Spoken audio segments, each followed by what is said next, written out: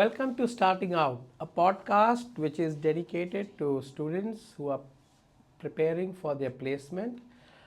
Here we'll be discussing topics which be relevant to them in this particular process that they are undergoing. So, Professor Aziz, what are we going to be talking about today? We are going to look at how there is a great reluctance among students towards the whole selling function and taking up selling sales as a career. It is very all pervasive. We see that all around, even for profiles which are not necessarily selling. The first question which is asked is that a selling profile or not? So one detects a sort of underlying reluctance towards selling as a career. Okay. So I guess that's a pretty interesting topic in terms of why students are reluctant. I think both of us come from a career where we did sales at some point or the other. We have seen people who were in sales and did very well. So what do you think is the reason why are students reluctant to pursue a career in sales? Well, I think there are some fundamental misconceptions. The first one is that there is a narrow understanding of what the selling process is. Selling actually is the art of persuasion. We are constantly selling in both in our professional and personal lives. In the professional context, we are selling our ideas, visions, projects, innovations. We have to build consensus. All this requires a certain level of what I would call selling means trying to persuade other people to your own way of thinking, and that is a reluctance which we see with a lot of students, is that they do not understand this holistic view of selling. So one possibility could be that there is a general impression about sales which stems from various factors. What are some of the factors that creates a negative perception of sales? Well, if one were to sort of dissect it, and there are what I would call socializing factors. We grow up in an environment where selling is not an aspirational career when compared to other ones like being a doctor or a lawyer or an engineer or something. So there is an inbuilt bias against the whole idea of having a selling career. Secondly, over the course of we are constantly being, I would say, even use the word harassed by solicited or unsolicited sales calls by a phone, or even in person when we visit the mall. Somebody is trying to sell us a credit card. So we think that it is the way in which people are trying to sell us something which we do not want. So there is this cognitive bias towards selling, which I would call the macro factors. So, kind of picking up on that, it's important for students to understand what role sales plays or developing selling skill, the role it plays in their own career and in a larger context in the growth of the company.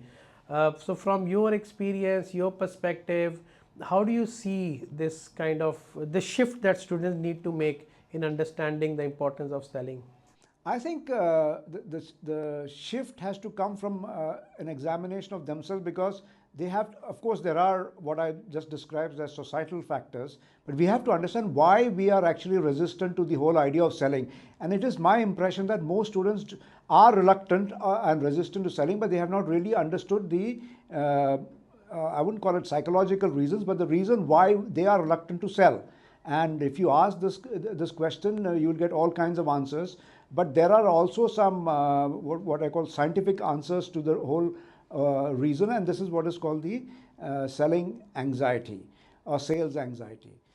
I think, yeah, that's interesting, because even when I started a kind of diversion into sales, the sales call anxiety definitely is something that you have to kind of figure out what, in your view, is the way that students can overcome this sales call anxiety, and where does it stem from? I do empathize with students because I am myself an introvert. So for an introvert to get energized to go on a sales call and conduct a sales call and close a call is a very challenging thing. Extroverts find it relatively easier to become salespeople. But even whether you're introvert or expert or extrovert, you always face this issue of sales call anxiety, and it is built on this whole idea about rejection.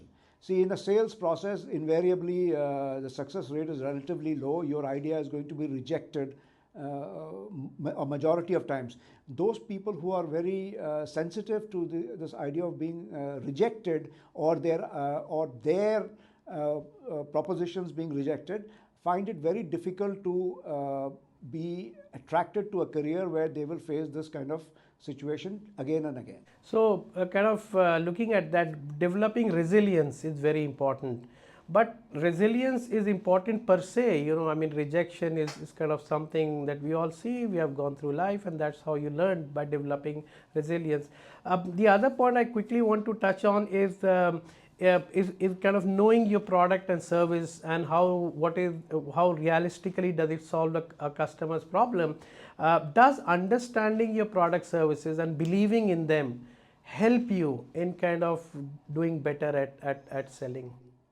Certainly, I think what you're touching upon is what we call the functional aspect of selling. And I had a boss who used to always tell me that if you are not convinced about the product you're selling, you will never be able to sell it. And I think this is very, very important. Students, and I see that all the time, students should understand that you should have a buy-in into the project you're selling, so that you're able to go out there and present that in a convincing manner, and also face the rejections which might come through in the various stages of the sales process. Okay. I think the other thing would be interesting to touch upon is developing skills, developing selling skills. And to just kind of give an example to the students, when they start off and come to the MBA program, the first presentation is always very, very difficult. They are stressed out, they don't know what they're supposed to do. But by the fourth semester, they are very, very comfortable. And fundamentally, this is because you kind of learn, repeat, and that kind of makes you comfortable. And does this apply to kind of developing selling skills? Oh, certainly. I mean, I always believe that you have to fail to succeed. And if you do not fail a few times, particularly in the early part of your career, you will never learn. So students have to be aware that when they get into a sales process, that there will be rejection. I would say almost 65-70% of all sales calls do not end up in success. So acclimatizing yourself to the process of being rejected is a starting point.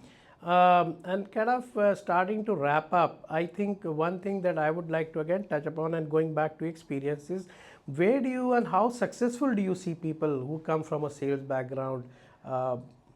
I mean, I can quote the example. I used to work for a IT high-tech company, HCL Technologies, which is one of the largest IT service companies in the country.